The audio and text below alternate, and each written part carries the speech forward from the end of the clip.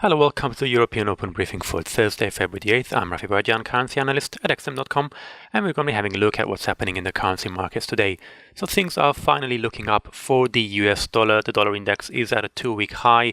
It is being driven higher by rising treasury yields, as well as an unexpected deal on spending by the US Senate yesterday, which means even more spending in the US on top of the tax cuts. The euro and the pound are both still struggling this morning.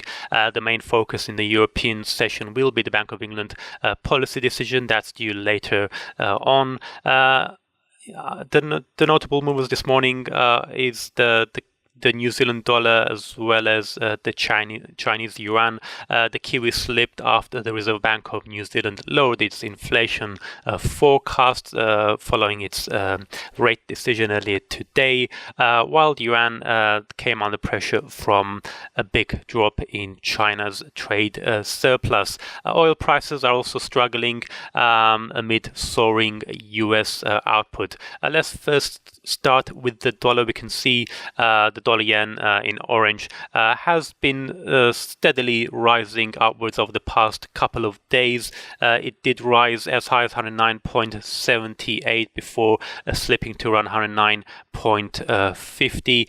Dollar index has been doing even better, mainly on the back of gains versus the euro and the pound. It is at a 2-week high of 90.40, currently trading around 90.33. So treasury yields were boosted after the senators in the US reached a deal to increase government spending by $300 billion over the next 2 years, and this comes on top of the big tax cuts. The deal does still need to be approved by both the Senate and the House. Those votes are expected later today, and if passed, it would avert the government shutdown and would mean we wouldn't have to deal with any more short-term spending bills for at least the next 2 years or so. But the expectation is that if passed, this would boost the US economy even more, fueling inflation as well as increasing the national debt. So all of those have pushed yields higher and could potentially lead to even faster rate of rate increases by the Fed. So all of that is supporting the US dollar, but dollar yen overall is still fairly muted gains, mainly because of the risk aversion we're still seeing in the markets. Yesterday, Wall Street erased earlier gains to close slightly lower. There has been some assurances from several Fed policymakers. John Williams, Charles Evans, and William Dudley didn't seem too concerned about what's happening in the markets right now, as well as any potential unexpected spike in inflation. But overall, the markets are still not fully recovered yet from that big equity sell-off we saw earlier in the week. Moving on to European currencies, the euro has touched a 2-week low, 1.2234 versus the dollar. Apart from the stronger dollar, we are seeing some unwinding of the trades that were made on the back of the expectations of an early withdrawal of stimulus by the ECB. So now it's looking that some of those expectations may have been overdone, as the ECB is unlikely to end its QE program too early or start raising interest rates in 2018. Also potentially pressuring the euro is falling yields in Eurozone periphery government bonds. That's mainly because the coalition deal in Germany between Merkel's party and the SPD involved the handing over the finance ministry to the SPD party. The SPD, compared to Merkel's party, are in general supporting higher spending as well as supporting closer EU integration. So that bodes well for the periphery Eurozone countries. So their bond yields have been falling.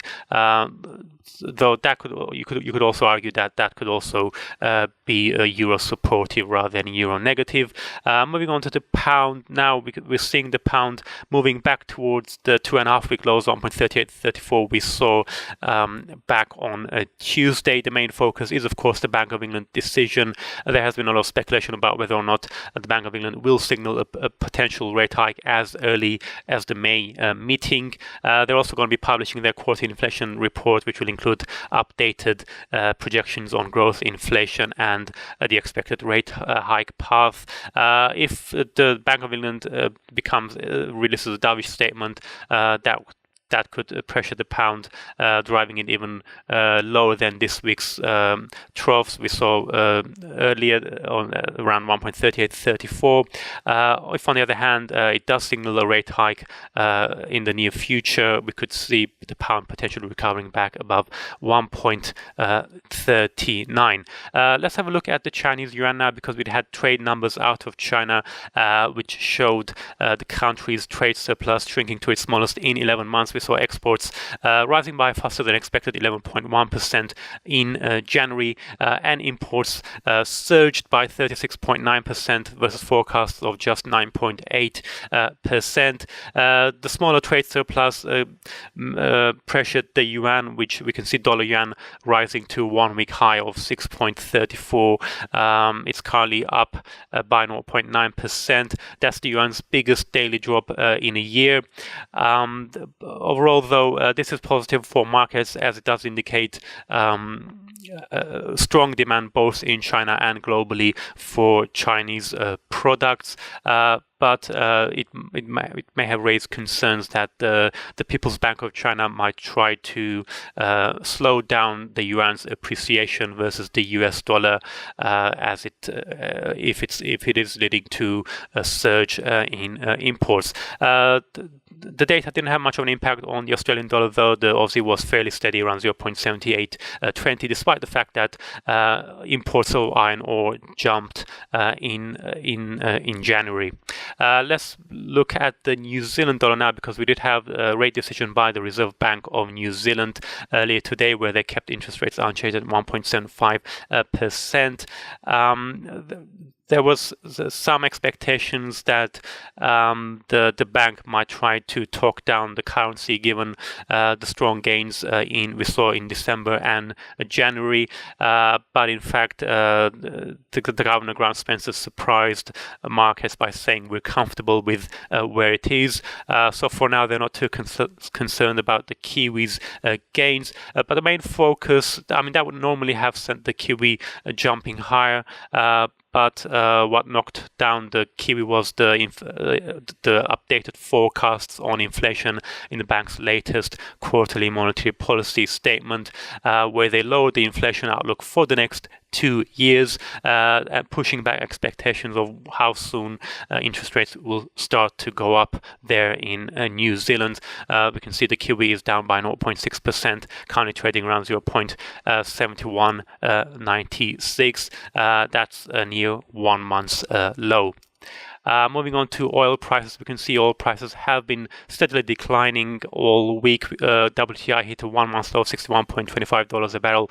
Brent crude slumped to six-week low, 65.12. The main trigger for this was yesterday's weekly inventory report by the U.S. Energy Information Administration. We saw U.S. crude stocks rising by less than expected.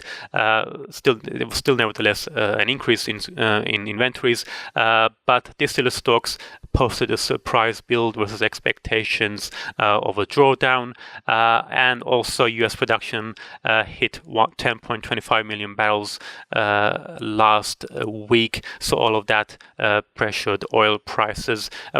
We have an oil outage in the North Sea that potentially slow down the sell-off, and also oil prices may find some support from a big rise in crude oil imports by China in today's numbers. At the moment, we're seeing WTI settling around $61.50 a barrel, but overall, the outlook is fairly bearish in the very near term for oil.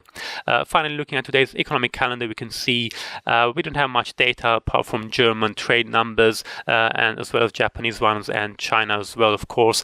Bank of England decision is due at 12 hours GMT, followed by press conference by the Governor Mark Carney at 12:30 GMT.